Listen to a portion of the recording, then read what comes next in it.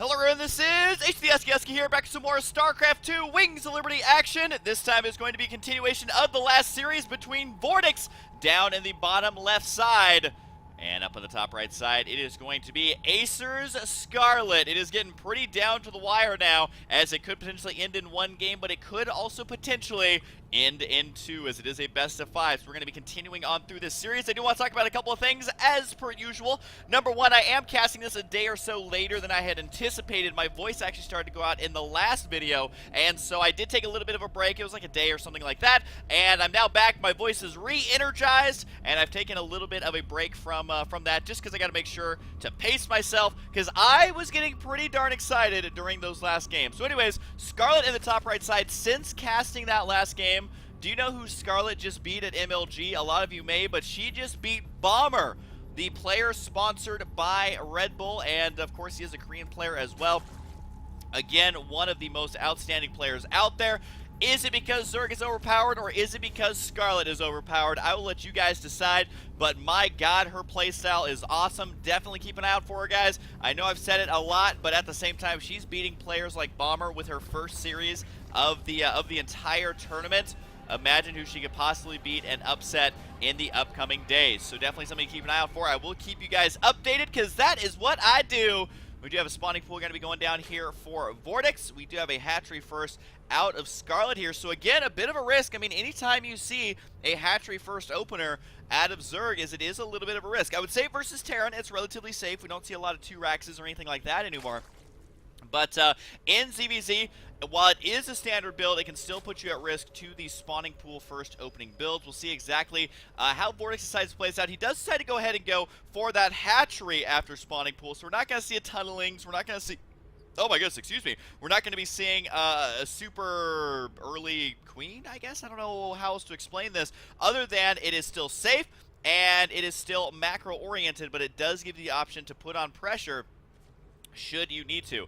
Right now it looks like they're just settling some lag issues there, but the hatchery going to be finishing up here for Scarlett, and Scarlett does have a spawning pool finally going to be going down. We also have the extractor going down. Who's going to get gas first? It does look like Scarlett will be the one who decides to take that route. Now, this does give Vortix the ability to get that second queen right away as soon as this hatchery is done, and Scarlett currently sitting at 300 minerals, so that's going to be for double queen, as well as a couple of zerglings, I would assume, kind of sprinkled in. Nope, decides to go ahead and go for those drones first, but a couple of zerglings on this map going to be very useful for grabbing those watchtowers. Not a whole lot of movement can take place. If your opponent has the watchtowers, that is going to get detected. It's also relatively easy to secure the watchtower on your side on this map, so you can see exactly what's coming your way before it manages to make it all the way to your base. And you can see right there, Vortix able to get that queen down on the low ground. And I'm as always in ZvZ, I'm kind of curious to see exactly which build starts for both of these players, how they're going to start diversifying right around the 4 to 5 minute mark. Are you going to see a ridiculous early third base? Are you going to be seeing some sort of roach timing? Are you going to be seeing the more standard, just getting the metabolic boost? When are you going to see the gas timings? There's really a lot of different options for ZerG players at this stage of the game. Scarlett trying to find an overlord there. Wasn't so lucky. This overlord right here is going to be relatively safe as well. And you can see Scarlett is intentionally scouting around with the queens here to try and spot if there's any stray overlords, because it's not necessarily about killing the overlords, but it's about hiding your tech as long as possible. Even though it's hard in ZvZ to do such a thing, it is still very important to try your hardest. Now right now we do have a Roach Warren on the way for Vortix here. Gotta say, Roach Warrens tend to be a great choice. We still have only 2 zerglings on the way for Vortix, which where are those zerglings? Actually, there they are, moving out finally.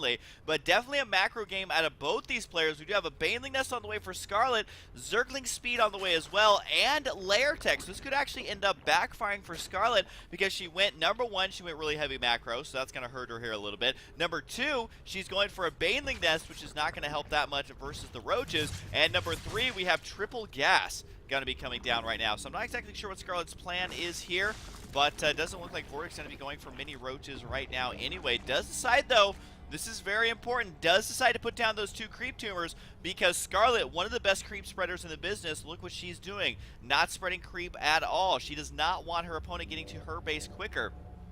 That's why she's playing more defensive. She's got the defensive banelings. She's got a couple of Zerglings out on the field just trying to scout around. The Zergling speed is done. That's actually a defensive upgrade right now because you can spot what your opponent is doing much more quickly. So on the flip side, Vortix says, hey, I want to get to her base quickly. Got to go ahead and do the creep spread. These two creep tumors are ready as well. Can begin spreading down that ramp. And you know exactly why. We have Zergling speed, but more importantly, we have the Roach tech now on the way. And as long as Vortix can keep this hidden, this could prove to be quite a nuisance here for Scarlett. Now we do have a Mutalisk, the Spire on the way, so Mutalisk tech is an option, but the real question is that going to be the choice, correct choice, versus this many Roaches? Because Roaches, while they do move slow, they don't take that much damage from Mutalisk, especially if they spawn with that +1 armor. They spawn with 145 HP, so Mutalisk, even if it's up in the air, not getting shot down, is still not going to be able to do all that much damage. We do have a couple Banelings going to be morphing up over here. So you can see Vortix is definitely gearing up for some sort of timing attack. 16 Lings on the way, Overlord on the way, 8 Banelings are morphing right here now. And it does look like Vortix may be out for blood. Might try and end this game almost immediately, but that's kind of how ZvZ is. It can be long-term, but it can also be extremely short-term. A very volatile matchup here. And we do have Scarlett. You can see all of a sudden realizing exactly what's going to be happening here. A lot of Spine Crawlers. I mean, a lot of Spine Crawlers going to be coming down. Those Banelings do get some nice hits, but can these ones... Oh, no, I think she manually detonated them. Oh, no, I think that was a huge mistake by Scarlett. Possibly a misclick. Is she going to end up losing another game because of her own error? It looks like the answer may be yes. The Spine Crawlers are almost done. There they are. They are going to be trapping those Roaches, but not that trap because they're just going to be running inside the main base. Quite a bit of damage dealt here by both players. We'll see exactly how this shapes up, but the fact that Scarlett is having to move away these drones just shows you how bad a shape she's actually in. Might lose the Spire, might lose the Lair or the spawning pool. Either way could be crippling damage. Spine Crawlers here are going to be able to deal with this. The Mutalisk, though, there's only 4. 2 more are going to be on the way, but that's only a total of 6. Yes, I'm great at math, and 6 Mutalisks to take on this many Roaches is just not going to work out no matter how you slice it.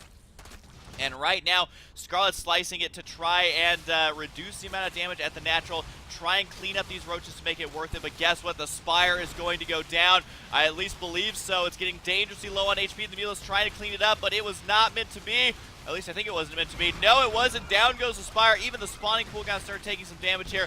There goes the hatchery inside the main base. Zerglings and Banelings going to be denying the potential for a desperation third base here. We're going to have to go back and watch that Baneling detonation, see if it was manually controlled or if somehow Vortix got the absolute best Baneling hit ever, but I definitely think that was a big mistake here by Violet. Or not Violet, excuse me. Not even playing in this game. Scarlett.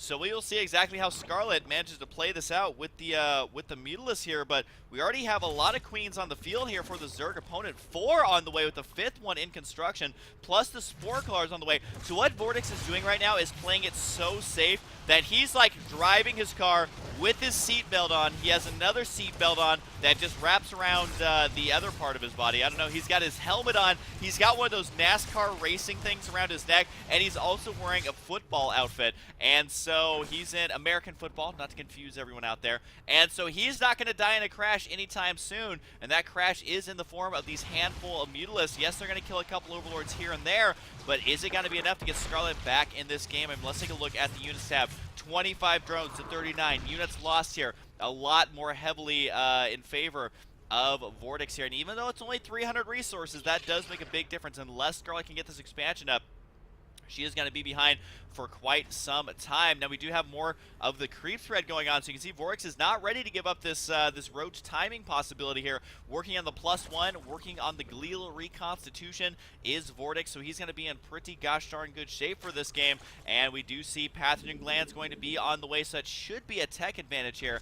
I would consider, even though it takes about the same amount of time, I would consider infestors with pathogen glands to be a tech advantage over Mutalisk, just because you get the fungals, you get the infested Terrans. Really, everything an infestor does is good versus Mutalisk here, so you have to control your Mutalisk perfectly, which means one misclick and you literally lose the game instantly. 5 drones on the way, though, for Scarlett to try and play catch-up. But it's one of those things where getting a little bit behind in the early game can snowball out of control in the late game. And even though this looks about the same on the units lost here, I mean, again, this speaks volumes. 37 drones to 46. There's a couple of Mutalisks here. Yes, Scarlett's killing off creep, but honestly, creep isn't that important in ZvZ, at least in all 3 of the matchups. It is least important in this one, because you're still going to have Zerglings, you're still going to have fast Roaches, and you almost, well, sometimes you do see the Hydralisks, but they're usually going to be used in the center of the map with the rest of your army anyway.